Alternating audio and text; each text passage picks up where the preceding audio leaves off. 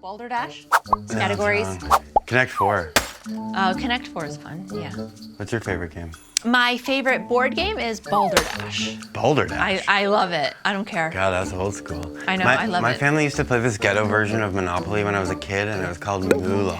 Oh, I had Moolah. You had Moolah? Oh my God, that's weird. Nobody had Moolah. I love the game. Still got no Moolah. Hi everybody, welcome back to Hit or Miss Hallmark movie reviews. Today we are reviewing Game of Love. Hi.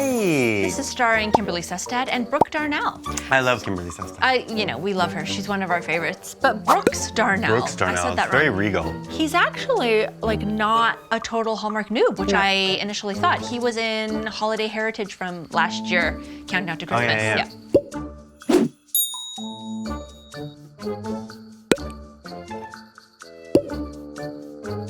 Yeah, and he fits the Hallmark board pretty well.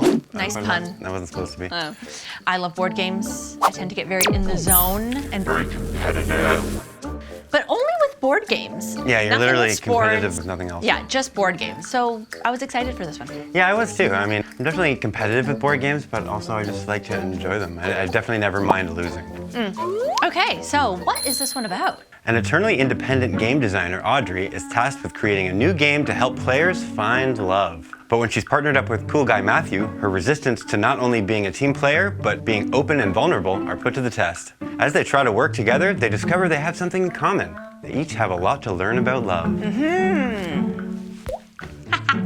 So what did we think here? So in spite of Kimberley being in this, I did have some reservations. I mean, I was always excited to see her, but I had some doubts about this one. Any gaming movie will have a lot to live up to since I always compare it to 12 Dates of Christmas. I mean, of Nothing course, is better. and that's one of my favorite movies. But Yeah. honestly, this wasn't even on my radar as being a gaming movie. Well, yeah, And I don't think we can really have too many of those. It's not very common. It's also on trend right now to And do this was that. also a very different type of gaming. This was board gaming, like Yes, where you it wasn't go and digital. you play with cardboard. Yeah. There's no digital anything. No This social is media. Traditional gaming, Yeah. and I love that type of gaming. Actually, yeah, there used to be a bar in Toronto that I was telling you about. Yeah, you were telling me the that. Bishop and the Belcher, and they had every game you could possibly imagine. Oh, that's and it was cool. right across the street from my studio. I loved that. Similar place. to the store that was in this movie. Yeah, right? except it was a pub. So it was even Yeah, better. right. So yeah, you know what? In spite of my hesitation there, I liked this one. Yeah, You know? I liked it too. It was an easy watch. It was entertaining. We have a really fun little film here, and I think creating a board game, like just the idea of creating a board game, that sounds like the hardest thing in the world to do. Sounds a lot. Like a good one. It actually sounds like a lot of fun. It sounds like something I would love to do, and I haven't, they didn't really go into enough of the game. Exactly, we'll get into that, That's my but yeah. That's my only thing about the movie is like I wanted to know about the game. I want to know the rules. I want to know how they structured the game. They talked a lot about like game structure and like the pieces and like how many moves, how many players and stuff like that. And, Yeah. But they never really. No, they never really went into it. I will say I didn't feel the chemistry right away. That was the first thing I noticed. No, not right away. It this is one slowly of- evolved. This though. is one of those stories where you're not supposed to feel it right away. Like Sure. there's tension or she's like just unapproachable. Yeah. So I knew it was going to be like a long roll for this one. I think the dinner scene was the turning point for me. They both let their guard down there. Also, was Audrey like low-key drunk in that scene? Remember? She Yes. was kind of awkward. She definitely was. I think she was supposed to be like nervously drinking and may have been like a little tipsy or something. Yes, and that's why low-key. I don't think Hallmark wanted us to know that she was actually getting drunk. Nope. Compliments of the chef. Compliments of you. But they kind of are. And again, it's nice to see Hallmark actually embrace how people actually live. Like, it's like, yeah, you're going on Slowly a but date. You're surely. like, you're a weird shut-in person that's never been in love. Like, yeah, you're probably going to get a little tipsy on wine or whatever it is. The mystery. So the mystery, it was a nice element that added a touch more intrigue to the story, but really, we know who Give Hugs really is, right? Like, come on, Hallmark wouldn't throw us a curveball, I don't think. I mean, I didn't know who it was, and I didn't want to know who it was. I thought that would have been way too easy. Actually, I was expecting a curveball. I don't think the Give Hugs. Oh no, I wasn't. I don't think the Give Hugs storyline was necessary at all. It didn't really do anything like that we didn't know. By the end of the movie, it didn't matter anymore. It was unnecessary. I wasn't- do think it was unnecessary. Yeah. It just added a little bit of intrigue, which was nice. So why don't we talk about performances? Kimberley Sustad is always a favorite. She does annoyed like no one else. She can be annoyed, but not annoying. and that's a real skill. Yeah, see, because you're always going on about people having a chip on their shoulder. Oh, She's always. like Queen Chip. But it's not annoying. For some reason, she just does Well, it she in just such a does it good way. she does it in the right way. But I mean, it's something that they always write into these characters, right? She's naturally funny with amazing comedic timing. She also has this like really sarcastic, wry kind of humor, and she's just so great at it. Like Yeah. she, but at the same time, she also does sentimental really well. Like when she wells up with like emotion, I feel that, clearly she's the standout for me here. Yeah, I mean, I would say she's the standout from here. Now, Brooks Darnell, he's definitely attractive. Yeah, I quite liked his hair. Yes, he was very well dressed. His style was great. The hair. There's even a scene with him telling Audrey that determining what's cool and trending in the world is literally what he does. Yeah, I like that. I thought that was good. I thought his comedic timing was not as great as Kimberly's, but he was keeping up with her, in particular when they were both plucked up from the crowd at the Love Gurus event.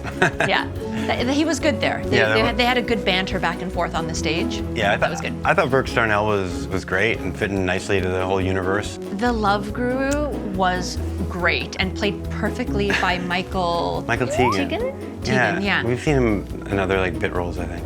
So he had this kind of like hippy-dippy, spiritual, positive vibe. I love gurus. I remember in Yes Man, Terrence Stamp plays the most like terrifying yet inspiring guru of all. He's got those eyes, they're crazy.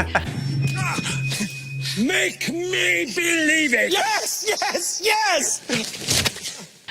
They're always such like eccentric characters. It was a nice addition to the story, and it added not only comedy, but reinforced the love theme more. Okay, well, why don't we do Hit Picky, Nit Picky? So I had a few nitpickies. So I always think it's funny, like people in their mid to late 30s never being in love. I find that kind of unrealistic. I mean, sure it can be true, like in some circumstances, maybe you're from a small town or whatever, but I always find it funny when like a character like flat out says it out loud and asks another character. Yeah, that's scary as like that's a huge red flag in anyone in their 30s and above. It's like if you've so. never been in love, it's like especially at that age, like, I would think. yeah, you're. And I mean, I totally understand being a loner and maybe not finding, but like still. No, that just means like, you're a psycho. Yeah, I don't. Yeah, no, I know I find that unrealistic, really. So Matthew's engagement, was that just kind of glossed over? I feel like we need a bit more detail about what happened. Like, was it disastrous? Is that why he's like so standoffish? I think you're just supposed to believe it was disastrous. There was nothing like he didn't go into it. He didn't really need to. It was like if you proposed to somebody and it didn't go well, then I was hoping for more though. It's terrible. So Audrey's reluctance. Did we get any backstory about why she's so resistant to love? Like, did we get her backstory as well? Like, we're missing context, I think, for both characters. No, and that's another thing. I don't think you're really supposed to get it. They're nerdy game designers. They're supposed to be sort of a little shut in. Right? I guess. It's just part of the storyline, so I was expecting to get a little bit of information. So, okay, so how do you play this game? I don't know. Like, I was confused about that. Were there clear instructions? No. I was waiting for that the whole movie. So what we know is that each player has to meet in the middle, and they both start on either side of the heart. Yeah, but that's all we got. I don't know. I mean, it took them forever to even get to the heart shape. We need more context. Well, yeah, I just want to. Oh, actually, there is a version of this game. I don't know if they stole it off somebody, but there is a game of love that it looks exactly the same. It has the same branding, and it's not. So they just stole it. Okay, so wait. Are they supposed to fall in love at the end of this game? Because that seems a bit far-fetched. No, it's just supposed to be like a game to see if you still match up, and so that's you're not that's supposed why to they fall said. in love? No, they said it could help sure. that if you're a new couple that didn't know each other and played the game, then you could fall in love. But it could also be used for older couples to see if they still have the flame. So it makes sense. Like the basis of the game I get. I just wanted to know like specific questions and like how they actually structured. I don't think it was very clear. I think we needed more instructions, and I don't know. I didn't like that. I guess so. There's a spelling error. Spelling error. Yes, and what a fitting word. On the board game? The spelling error is the word embarrassing. It was wrong on one of the tiles on the game. I feel like that's almost like something they would just. Spelling's always going to get you. They would just put in there to see if people notice. Maybe it was on purpose. Well, because it's a pretty big miss, so that's strange. Yeah. So let's get to some hit pickies.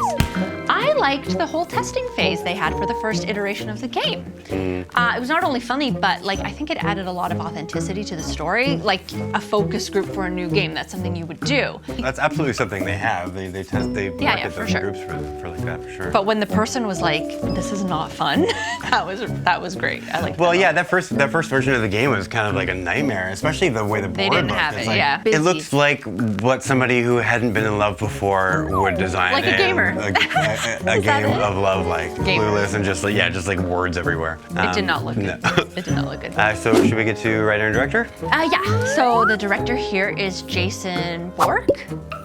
Jason Bork. Yeah. Bork, Canadian. Some other credits include My Christmas Family Tree, we like that one. A Tale of Two Christmases, and A Snowed-In Christmas, all ones that we like. Yeah. Yeah. And there's two writers here. Okay. Two writers for the teleplay. First one is Joey Elkins. Some other credits include Autumn in the City, Unlocking Christmas, and A Christmas Duet. Blake Silver is the other teleplay writer. He wrote Autumn in the City, Unlocking Christmas, A Christmas Duet. Must be working with Joey Elkins because it's the exact same credits. Yeah, I guess. Yeah. And Samantha Harmon is credited as a writer. Yeah, she has a story credit here. So she's from Toronto. Some other writing credits include A Fabled Holiday, which we didn't like that one at all. Our Italian Christmas Memories, which we actually didn't watch. No. And Small Town Christmas with Palaha and what's her name? Yeah, Ashley Newbrough. Yeah. Yeah. We like that one a lot. Yeah, that one's very good. Yeah. So, did this hit or miss the Hallmark for you? This was a hit for me. I liked it. It was fun and entertaining. Hit for me too. It was pretty easy watch. Yeah.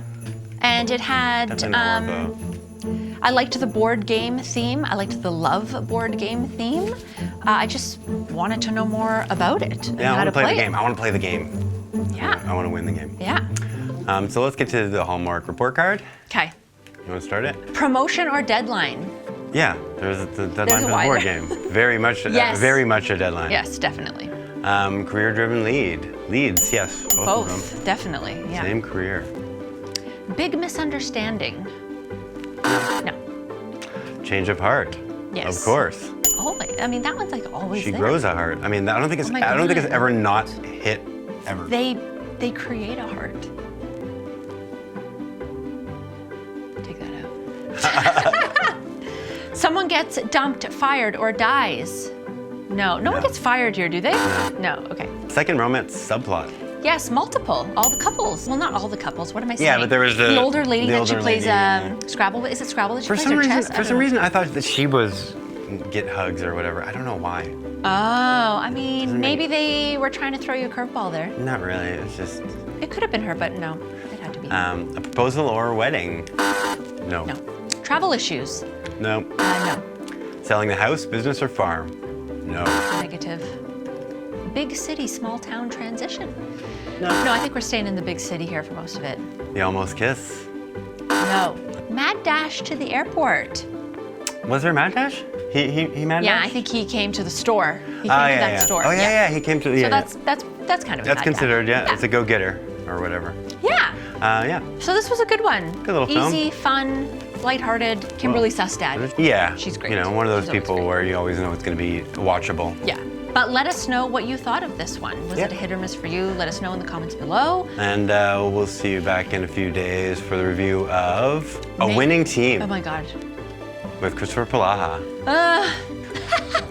And we'll see you soon. Anything else? No. Okay. Okay. Bye. Bye.